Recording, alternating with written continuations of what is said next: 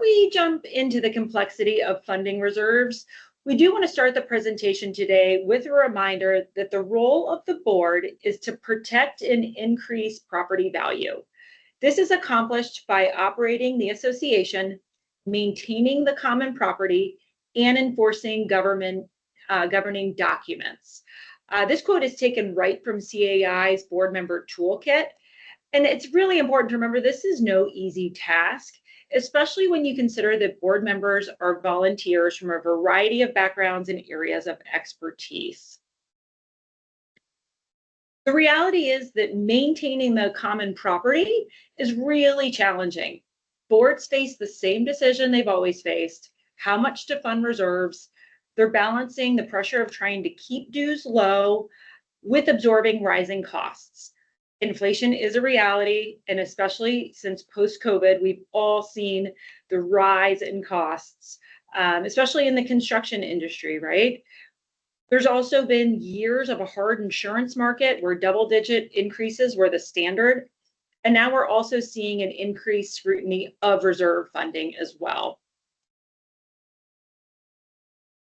When we say there's an increased scrutiny, I mean, funding reserves has always been a best practice, right? But this scrutiny is shifting the conversation from a nice to do to a must do. Across the board, we're seeing increased scrutiny on how communities are funded and maintained, whether it's state legislation, the insurance industry, or the mortgage industry. There's a lot of different industries looking at reserves, really because it's been becoming a way to assess risk. When we say legislative landscape, there's a variety of ways that we've seen this. Really, since post-Surfside, many states started requiring reserve studies: Florida, Maryland, New Jersey, Tennessee, to name a few. 13 currently require reserve studies, and 12 require reserve funding. So there's a variety of ways that it's happening. We've seen inspection mandates, so structural inspections for larger buildings, requiring reserve studies so that a study must be done. Some states are requiring funding so that you have to fund reserves in accordance with the reserve study.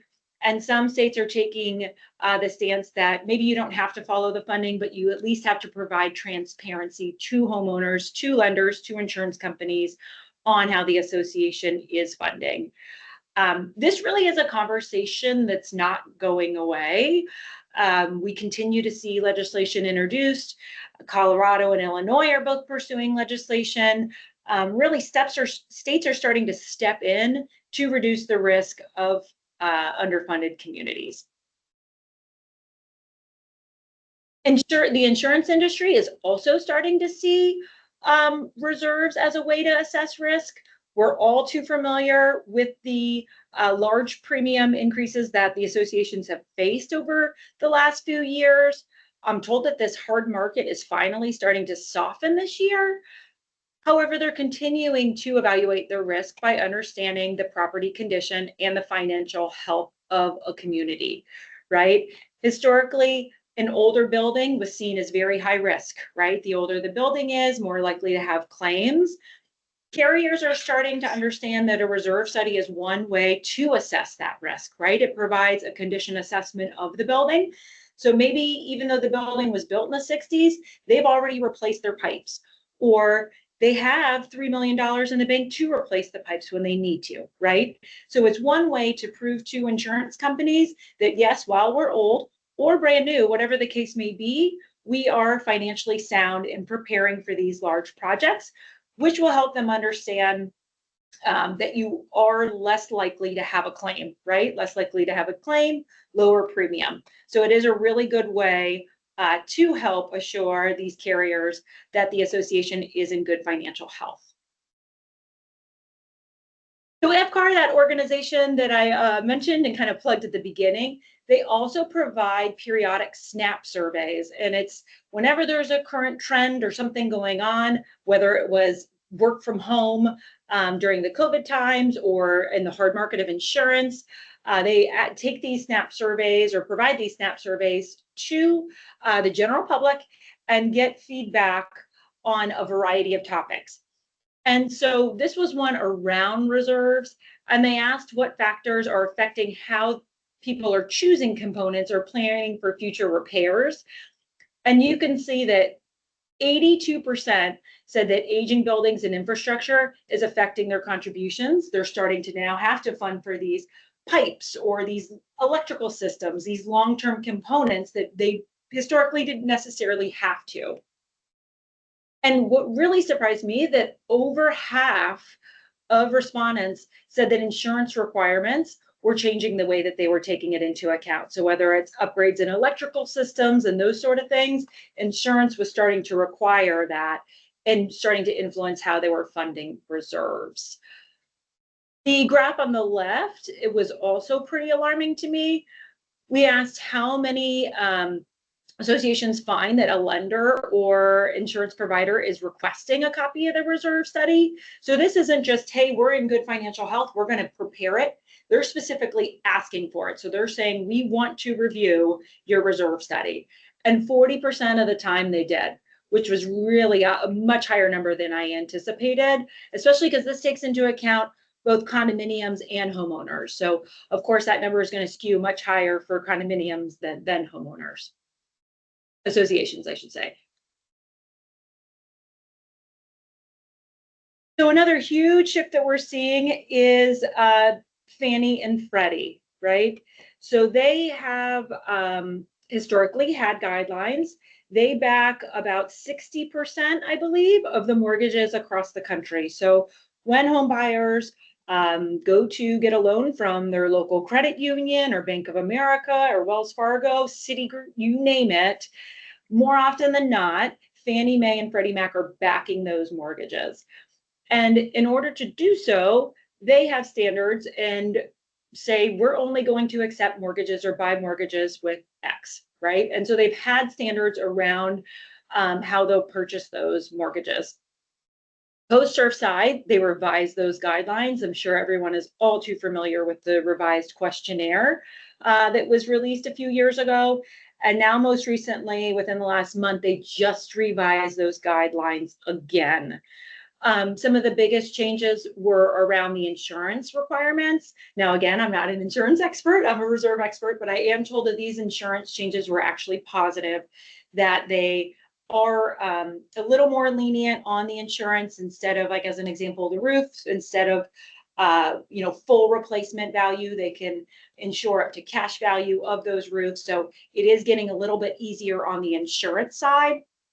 But one of the biggest changes that came out of these revised standards is the full review process. So historically, we were told about 60% of the applications or questionnaires were fast-tracked, meaning if you hit those certain things, they looked at your questionnaire, they were just automatically approving. And so you were on the okay to lend list. But now they're requiring lenders. So they're requiring these individual banks, whether it's Bank of America, Citigroup, your local credit union, to do a full review of the questionnaire. And the full review process means that they're going to have to review the itemized operating budget, all of the supplemental materials, all of the engineering reports, reserve studies. They're going to have to fully review everything to ensure that they can approve you and you remain on the list. So this is a little bit to be determined. This was just dropped in the last month, but it's really, really substantial.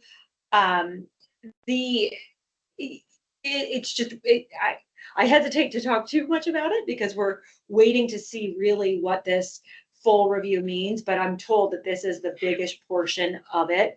And they expect the do not lend list to grow substantially from that. Don't want this all to be doomsday. I want to talk a little bit about the reserve side of it as well. Historically, it was a minimum of 10% of the budget needs to be contributed to reserves to ensure that you were checking the box for reserves. That 10% was pushed to 15%. So now if you are a condominium association, to ensure compliance, 15% of the budget. So if your budget, let's just say for round figures, is $1 million, at least 150,000 of the budget needs to be contributed to that reserve account. Historically, it was 100,000. Now they know that associations can't just drastically increase funding overnight, right? You have budgets that were set. So this will take effect January 1. So what that means is in your next year budget process, you have to ensure, if you're a condominium, that a minimum of 15% of your budget is going towards reserves, unless you have a reserve study that says you can contribute less than that. So if for some reason you have a very high operating cost and low reserve needs, and maybe your reserve study says you only need to contribute 12%, you can submit your reserve study as proof of that. One thing to acknowledge is that you can't utilize baseline funding, and they will take the highest funding recommendation. So if you do have a full funding option on there, that will supersede any of the other funding options. And we'll go into what those options mean, what baseline is and what full funding is. But before we do that, just wanted to provide some perspective on this 10 to 15%. This is a graph of associations that we've worked with, and you can see that they're in our client base, only about 8.5% have a recommendation of under 15%. So for a majority of clients, this 15% of the operating budget is honestly still too low. And full disclosure, I'm told Fannie Mae and Freddie Mac know that. They know that it needs to be higher, it needs to be more, and that this 15% is a stepping stone.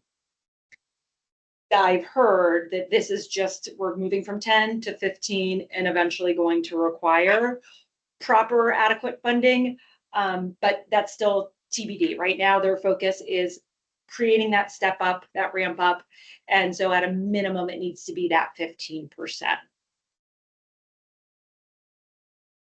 So what are the different funding strategies when we say they're no longer allowing baseline, but full funding is very conservative? What does all of that mean? First and foremost, want to cover statutory funding. For those of you on the call that are in a state that requires funding, it's just that, right? Florida, Maryland, New Jersey, they all statutorily require funding. And the way they've determined that is you need to follow the reserve study. So whatever the reserve study says you need to contribute, that's what you have to contribute to the reserve account. There was a lot of confusion when states started requiring it, and there was terminology thrown around like full funding. You need to fully fund reserves. And that actually refers to a funding methodology that we'll get into. But that, for that reason, when we revised the reserve study standards a few years ago, we specifically added the term adequate reserves to eliminate that confusion, right? Full funding is sometimes thought of properly funding, but really the best term to use for that is adequate funding. And that essentially means that you're funding that reserve account adequately, which is a stabilized contribution to ensure that you are not going to default when you need to, when you have the project. So your threshold could be 0, it could be $1 million. It's just assuring that you are steadily putting reserves in, and when the time comes for these projects, you will have adequate funds for those projects. So for adequate funding, there are 3 different funding methodologies, and they range from highest risk level to lowest risk level, which of course is the inverse for the cost of fund, right? So baseline funding, that is the highest or most riskiest level. So of course it costs the least. Where full funding, so it has the lowest risk level, but then of course costs the most to fund. And then threshold funding, I kind of like to call that the Goldilocks or the sweet spot. That's somewhere in the middle. So we're going to define these a little bit further. Baseline is what you think of, right? It is bringing that reserve balance right to 0. With 0 the baseline, we are finding that funding strategy where you are going right down to 0. This is no longer accepted by Fannie Mae and Freddie Mac. They have said that that is too aggressive. They're not comfortable with it. And so they will not accept the baseline funding methodology. Certain states specifically wrote that in. New Jersey, I believe it's specifically stated in Maryland that it's acceptable. It's acceptable in Florida. But now Fannie Mae and Freddie Mac will not accept it. See here, this is a funding graph where the green bars are the reserve contributions, the blue bars are the expenditures, and that red line is the reserve balance. So in this, if you didn't have reserves, right, the whole top half of the graph doesn't exist, you'd have these fluctuations in the budget or special assessments, right? So the goal of reserves, as we all know, is to stabilize that reserve contribution. Relatively stable. We do want inflation, just like we know costs are going to go up. We want the contribution to go up over time as well, but it's stabilizing that contribution, knowing that there's going to be years where you're contributing more than you're spending and you're growing that reserve account. And then there's going to be years where you're spending more than you're contributing, decreasing that reserve account, right? And we're finding that sweet spot, which here is out in 2051, where they're really depleting that account, right? We don't want you to have all of this money sitting in this account forever. Ideally, you're putting away money to spend it, right? So in this example, the reserve funding is going right down to zero. Now, threshold funding is really providing a buffer, in my opinion. It's similar to baseline, where it's one big pot of money and you're funding for these projects, gradually putting away money, but you're not going to go as aggressively right to zero. So when we say threshold, that really can be determined by the reserve specialist. It can be determined by the board. It can be a dollar amount. You can say, we never want reserves to go below 100,000. It can be a percentage of your current year expenditure, your critical year expenditure, your 30-year expenditure. It's really a cushion or a buffer that you can determine. Personally, at Reserve Advisors, we will help you with that threshold. We typically provide it because most associations don't have an established threshold. Some that do will show both. We'll say, okay, here's your established threshold. Here's our recommendation, what we feel is a reasonable threshold, so that you have those options. And then lastly, the most conservative is this full funding. And full funding is pretty much what it sounds like. Here's the definition. It has the current cost times the effective age divided by the useful life. And I think this is really easiest to see when you kind of work through a couple components. So just using this example of a roof, if it's a $100,000 project, has a 20-year life, you can say you should be putting away $5,000 a year. It's 5 years old, so the 5 times the 5,000, you should have $25,000 as your fully funded balance. Now you do this for each individual component. You determine how much of the useful life you've essentially used times the cost, and that's how much you should have in the bank. You do that for every single component. Then you take how much you have in reserves and you divide the two to come up with what percent funded you are. So to be 100% funded, you should have the effective age divided by the useful life times the cost for every single project, which, as you can imagine, is a huge amount of money. So this is, I should have mentioned at the beginning, but this is the same expenditures over these 3 different funding strategies. And really what you're trying to do with the full funding is get reserves to this 100% funded, where you have enough money to cover the relative age of every component. So it's sort of like assuming that everything's going to fail at the same time. You can see the balance never gets critical, right? You're constantly growing and you end up with a ton of money. It's very, very conservative. And so when we say that, how do these compare? You can see here, if you look at the average owner contribution, so baseline, that most aggressive is at 132 per home. Full funding is 213. So a huge increase there, where threshold funding is only 141. So much closer to the baseline. And really the intent there, again, is just to provide this cushion, sort of a factor of safety, a little bit of a buffer so that you aren't going right to zero. Just a reminder again here, full funding, if it is shown in your study and you submit it to Fannie Mae and Freddie Mac, you will have to fund at this full funding level. So I encourage you, as you're conducting a reserve study, review the funding recommendations, ultimately decide which funding methodology you want to pursue. And if full funding is shown in your study and you're not going to follow full funding, I recommend you have that struck from your reserve study as part of the revisionary process. Ensure that that is removed to eliminate any confusion there. And as promised, we wanted to make sure that we had plenty of time for questions. So we welcome any questions that the group might have.